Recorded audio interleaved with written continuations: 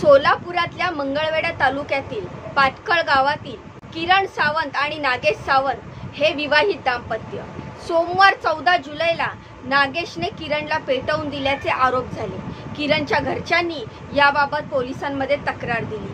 पोलिसांनी नागेशला ताब्यात घेऊन त्याची चौकशी केली, पण पोलिसांच्या तपासामध्ये या प्रकरणातला एक विचित्र आणि सगळ्यांना हादरवून टाकणारा अँगल समोर आला।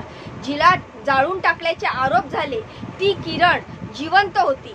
तिचे आपला चुलत दीर निशांत सावंत सोबत प्रेम संबंध होते। दोघांनी एकत्र राहण्यासाठी एक खतरनाक प्लॅन रचला। किरणच्या हत्येचा बनाव रचण्यासाठी या दोघांनी एका दुसऱ्याच महिलेची हत्या करून तिला कडव्याच्या गंजीमध्ये जाळून टाकलं आणि त्यानंतर किरण गायब झाली, तर तिचा प्रियकर निशांत गावातच थांबून कुटुंबाचं सांत्वन करत राहिला। पोलिसांनी किरणचा नवरा नागेश याला ताब्यात घेतल्यावर आपला प्लॅन यशस्वी झाल्याचं या दोघांना वाटलं, पण त्याच वेळी एका चुकीमुळे ते अडकले।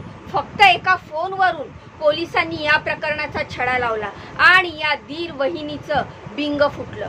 किरण आणि निशांतने हे सगळं प्लॅनिंग जे केलं होतं, ज्या महिलेची हत्या केली होती ती महिला कोण होती आणि पोलिसांना एका फोनवरून या प्रकरणाचा छडा कसा लागला, ही संपूर्ण माहिती सांगणारा हा आजचा व्हिडिओ आहे।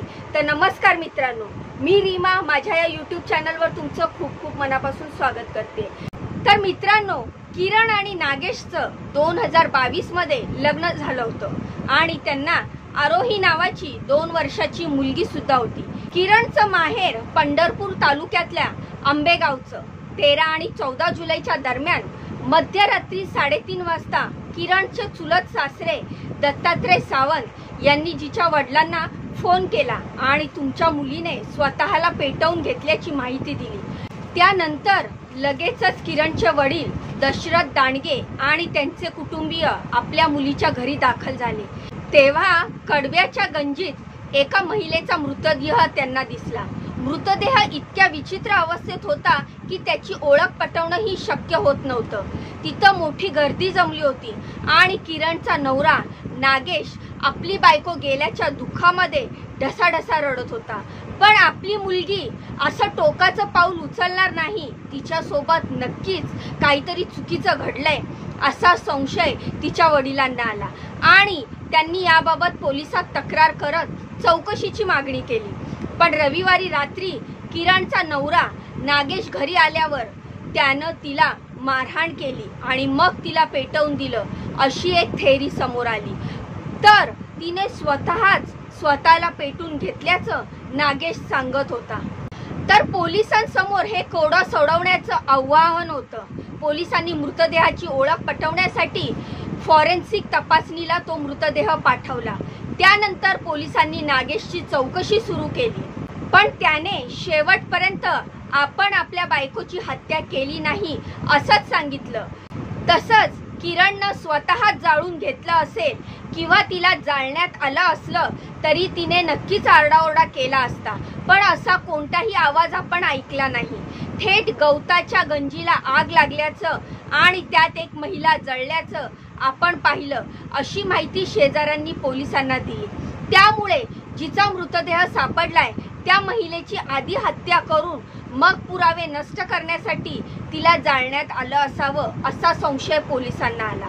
पोलिसांनी पेटलेल्या गंजीच्या बारकाईने पाहणी सुरू केली, तेव्हा त्या गंजीमध्ये एक अर्धवट जळलेला फोन त्यांना सापडला। पोलिसांनी तो फोन ताब्यात घेतला आणि यातूनच किरण आणि निशांतच्या सगळ्या प्लॅनचा उलगडा झाला। किरण आणि निशांत यांनी पळून जाऊन कायमचं एकत्र राहायचं ठरवलं होतं, पण असेच पळून गेलो तर सगळीकडे बोबाटा होणार। किरण तिच्या आई वडिलांची खूप लाडकी होती, तिच्या घरची परिस्थिती चांगली होती, तिच्या वडिलांचं गावात चांगलं नाव होतं। त्यामुळे जर आपण पळून गेलो किंवा नागेशला आपल्या रस्त्यातून बाजूला करण्यासाठी त्याची हत्या जरी केली तर आपल्या घरच्यांची बदनामी होईल अशी किरणला भीती होती। त्यामुळे किरण आणि निशांतनं मिळून एक खतरनाक प्लॅन आखला किरणच्या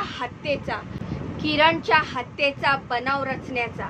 किरणच्या मृत्यूला तिचा नवरा नागेश आणि तिच्या सासरचे जबाबदार असल्याचं दाखवायचं आणि त्यांना खोट्या आरोपाखाली अडकवून आपण लांब निघून जायचं असं या दोघांनी ठरवलं। पण हत्येचा बनाव रचायचा कसा, किरणचा मृत्यू झालाय हे भासवायचं कसं, यासाठी त्यांनी एक आयडिया शोधली।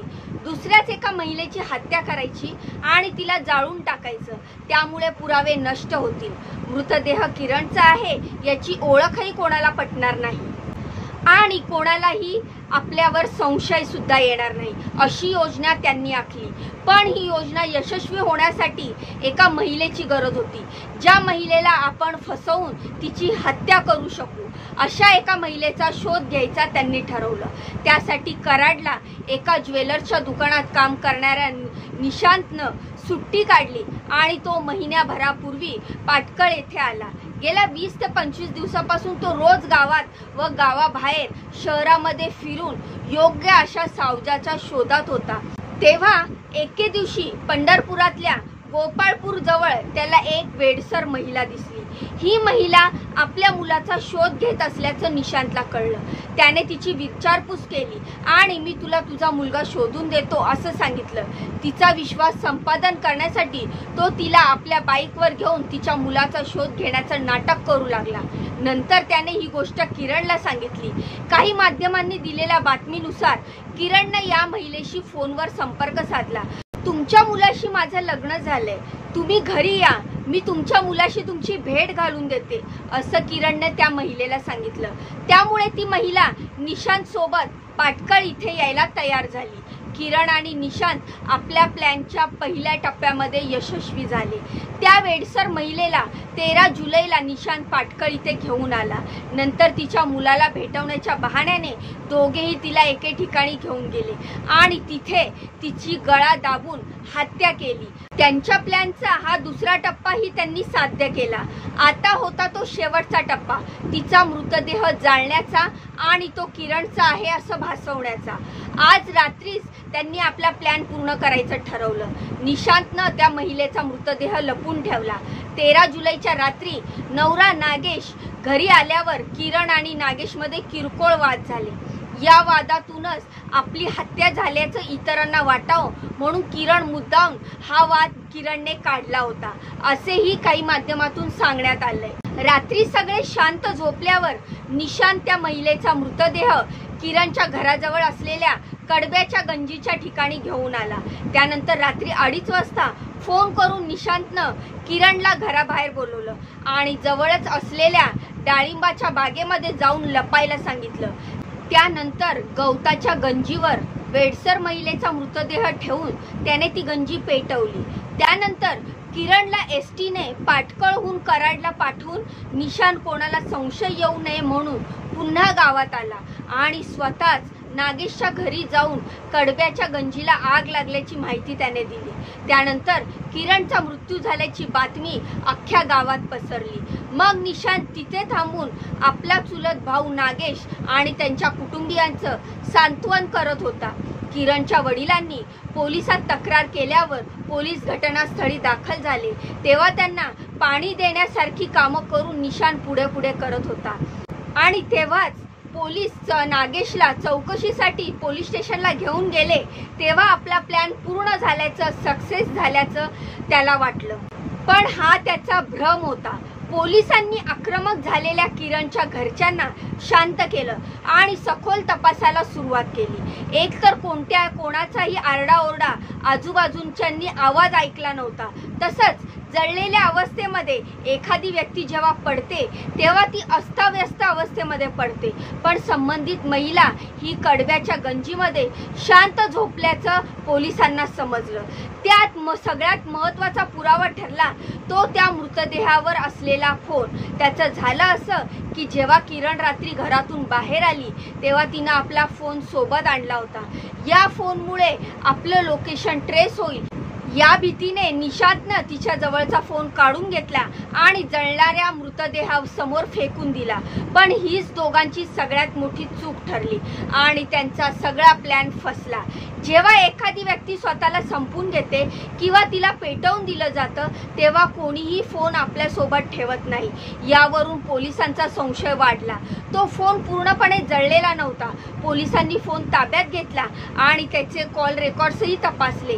तेव्हा निशांत आणि किरण या दोघांमध्ये अनेकदा फोन झाल्याचं पोलिसांना आढळून आलं। त्यावरून अर्थातच पोलिसांनी आपला मोर्चा निशांतकडे वळवला आणि त्याला ताब्यात घेऊन पोलिसांनी त्याची चौकशी सुरू केली। सुरुवातीला आपण किरणची हत्या केल्याचं त्याने सांगितलं, पण नंतर किरण जिवंत असून ती कराडला असल्याची माहिती त्याने पोलिसांना दिली आणि त्याचं भिंग फुटलं। दरम्यान पोलिसांनी किरणला कराड इथून ताब्यात घेतलंय। किरण आणि निशांतला मंगळवेढा कोर्टाने 21 जुलैपर्यंत पोलीस कोठडी सुनावली आहे। दोघांनीही आपल्या गुन्ह्याची कबुली दिली आहे। आता ज्या महिलेची या दोघांनी हत्या केली होती तिची ओळख अजून पटू शकलेली नाहीये। तिच्या डीएनएच्या आधारे पोलीस तिच्या घरच्यांचा शोध घेत आहेत। पण अनैतिक संबंधातून निशांत आणि किरण या धीर वहिनीने केलेला प्लॅन त्यांच्या चुकीमुळे फसला आणि एक धक्कादायक वास्तव्य समोर आलं। तुम्हाला या सगळ्या प्रकरणाबाबत काय वाटतंय? या सगळ्या घटनेबाबत तुमच्या काय प्रतिक्रिया आहेत मला कमेंटच्या माध्यमातून नक्की सांगा। जाण्याआधी या व्हिडिओला लाईक करा, चॅनलला सबस्क्राईब करा। चॅनलला सबस्क्राईब केल्यानंतर बाजूचं बेल आयकॉन दाबा, जेणेकरून मी माझ्या चॅनलवर जे जे महत्त्वाचे आणि नवीन अपडेट असलेल्या व्हिडिओज टाकत असते त्याची नोटिफिकेशन तुम्हाला मिळेल आणि एकही व्हिडिओ तुमच्यापासून स्किप होणार नाही। तर तुमच्या बहिणीला असाच सपोर्ट करत राहा। जाण्याआधी व्हिडिओला लाईक करा, चॅनलला सबस्क्राईब करा। भेटूया पुढच्या व्हिडिओमध्ये अशीच महत्त्वपूर्ण, दमदार आणि लेटेस्ट अपडेट घेऊन। तोपर्यंत स्वतःची काळजी घ्या। बाय बाय आणि नमस्कार।